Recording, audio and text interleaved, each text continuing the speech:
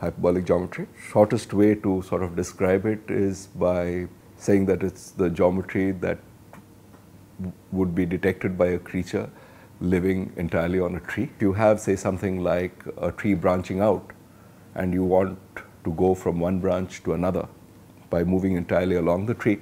So you come down from one branch till you hit the meeting point with the next branch, and then you go up along it. So you look at the union of these two branches along with the stem, that looks like a Y. And what's interesting about this triangle formed out of two branches of a Y is that all three sides meet at the meeting point.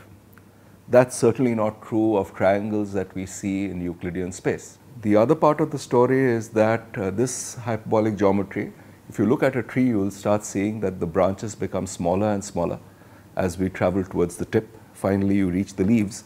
And even inside the leaves, there are sort of replicas of these branches. And the reason why things become smaller is that you can't fit a large amount of this hyperbolic structure inside this flat Euclidean 3 space in which we live. And so it starts making the sizes smaller and smaller to fit in this large hyperbolic geometry structure inside a flat 3-dimensional Euclidean space. And so you have the surface of the tree, which is very, very crinkled, so to speak. And that crinkled shape has a formal name in mathematics. It's called a fractal.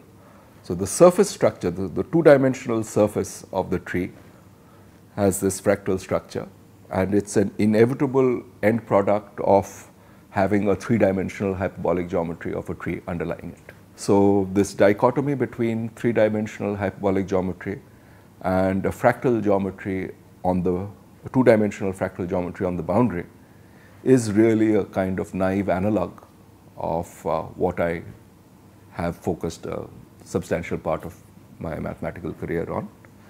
And there was a conjecture of Thurston, the person who founded the area in the 70s, which says that in a certain very precise sense, the 2-dimensional geometry of the fractal and the 3-dimensional hyperbolic geometry capture the exact same amount of information. And one component of that program was what I had proved. There is this tendency to feel that, okay, these axioms seem to have suddenly come from air. And I think what happened was Euclid asked himself the same question, whether the fifth postulate really follows from the remaining 4 axioms. And it turned out that you can do geometry very consistently, assuming the first 4 axioms, but violating the parallel postulate. Okay? And that gave rise to a hyperbolic geometry, and then a very general class of geometries called Riemannian geometry later on.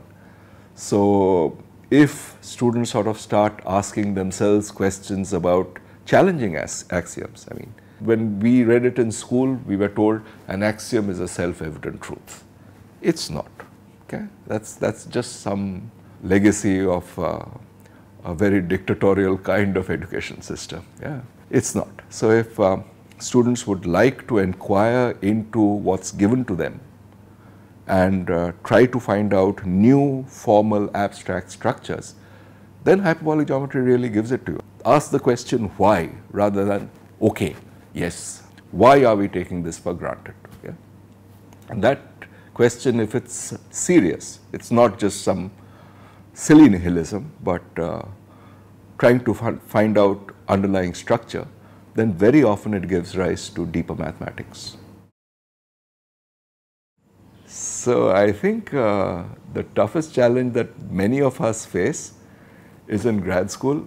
Before proving our first theorem, one never knows whether one will be able to get one's first result or not. One just has to keep at it, and then somehow something happens. And I mean, anybody who does research has actually this experience. And you're sort of accustomed to remaining stuck, knowing that at some point of time you'll get some insight. Yeah.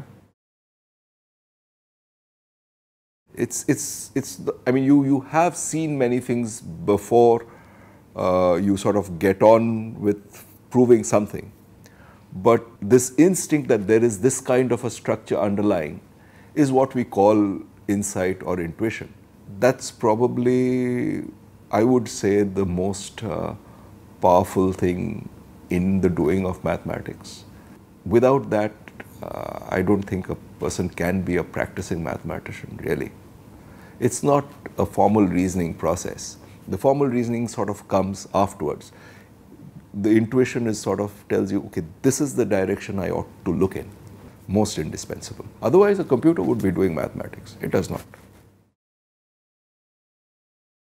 First thought was, oh boy, I got lucky. And then I think the afterthought was, it's pretty humbling. I mean, in the sense that, okay, so I really ought to get on with it and actually do some maths to deserve this. I think the relevance of prizes for practitioners is that, I mean, it's like sort of, okay, you're doing something right, go ahead, continue doing it. But it's, yeah, it should not be a motivation. It should certainly not be a motivation. And because then one is going to feel frustrated if one does not win awards. I mean, then I think the purpose of doing maths is defeated.